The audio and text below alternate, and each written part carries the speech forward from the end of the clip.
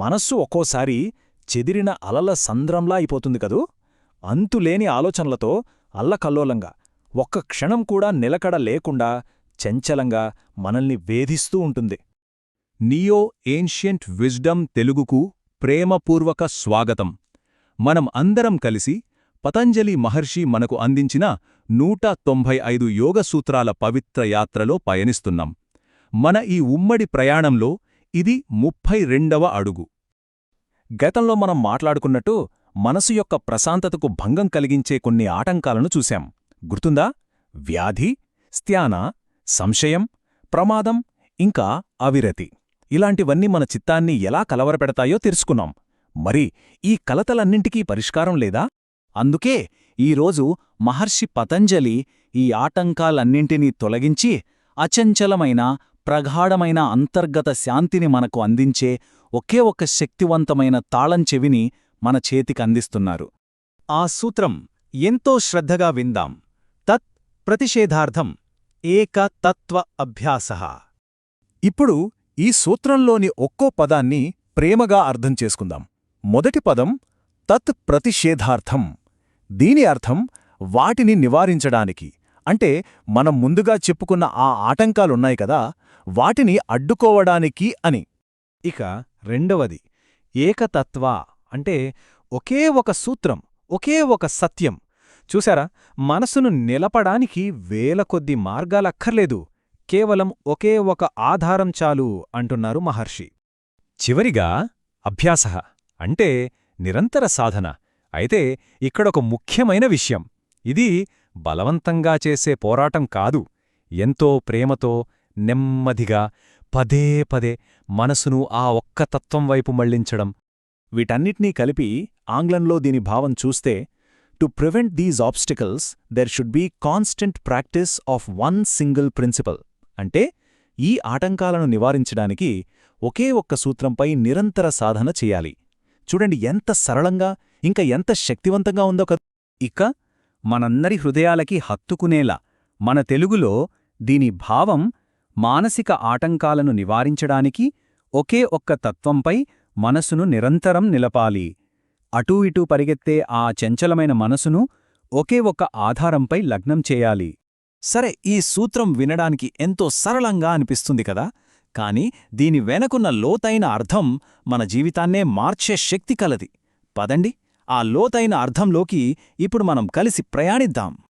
అయితే ఇక్కడ మనందరిలో ఒక ప్రశ్న వస్తుంది.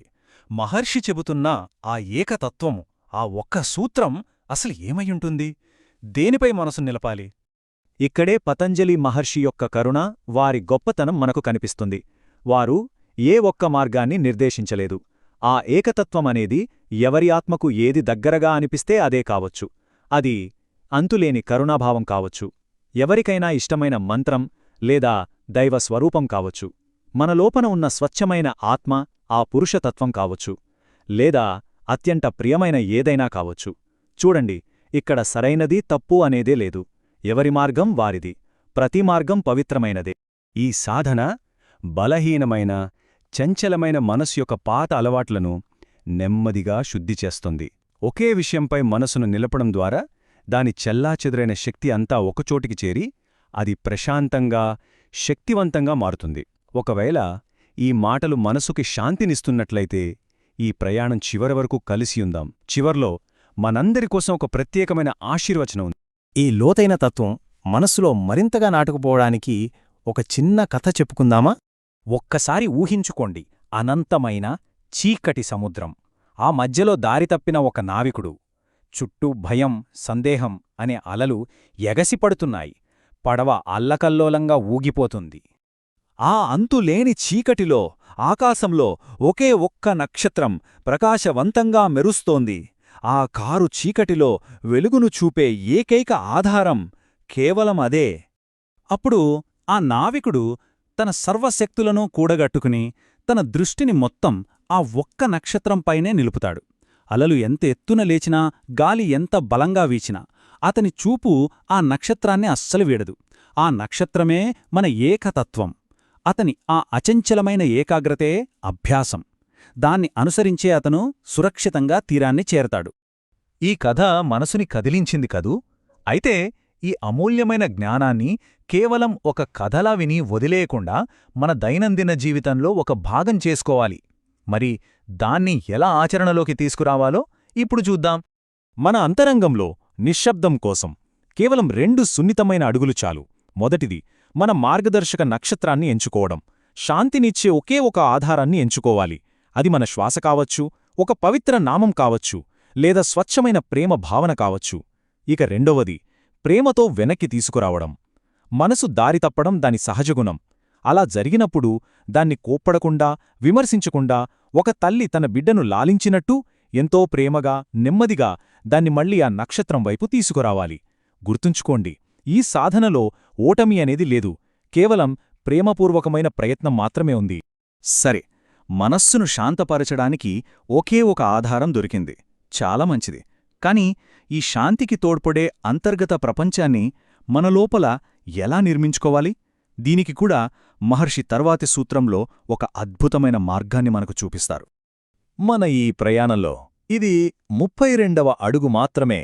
దీనికి ముందున్న సూత్రాలలోని అమూల్యమైన జ్ఞానాన్ని కూడా అన్వేషించవచ్చు.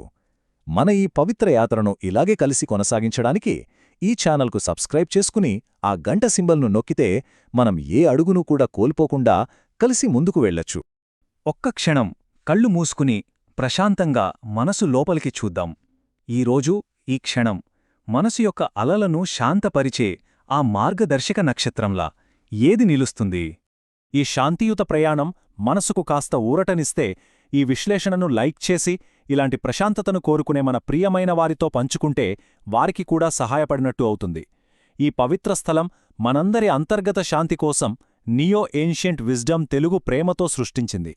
ఈ జ్ఞానజ్యోతి మనందరి అంతరంగాలను ప్రకాశింపజేయాలని, జీవితంలో ప్రశాంతత, స్పష్టత మరియు అచంచలమైన ధైర్యం ఎల్లప్పుడూ నిండి ఉండాలని మనసారా ఆశిస్తూ ఓం శాంతిః శాంతిః శాంతిః.